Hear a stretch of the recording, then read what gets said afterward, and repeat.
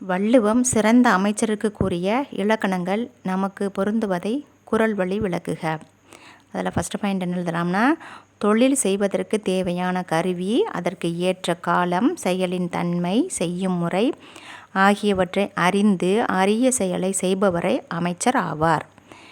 தொழில் செய்வதற்கு தேவையான கருவி இருக்கணும், அதற்கு ஏற்ற காலம், செயலின் தன்மை, செய்யக்கூடிய முறை ஆகியவற்றை அறிந்து அரிய செயலை செய்பவர் தான் யார்?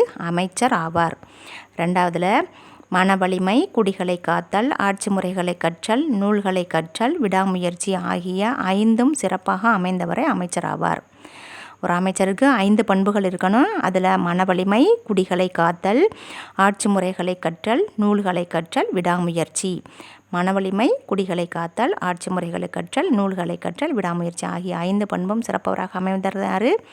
அமைச்சர் ஆவார். ஒரு செயலை செய்வதற்குரிய முறைகளை நூல் வழியாக அறிந்திருப்பினும் உலகியல் நடைமுறைகளை அறிந்து செயல்பட வேண்டும். ஒரு செயலை செய்வதற்கு நூல் வழியாக அறிந்திருப்பனும் என்ன செய்யணுமா? உலகியல் நடைமுறைகளையும் அறிந்து செயல்பட வேண்டும். மேற்கூறிய பண்புகள் நம் வாழ்விலும் இருந்தால்தான் நாமும் என்ன செய்யலாம்? நம்மை ஆள முடியும்.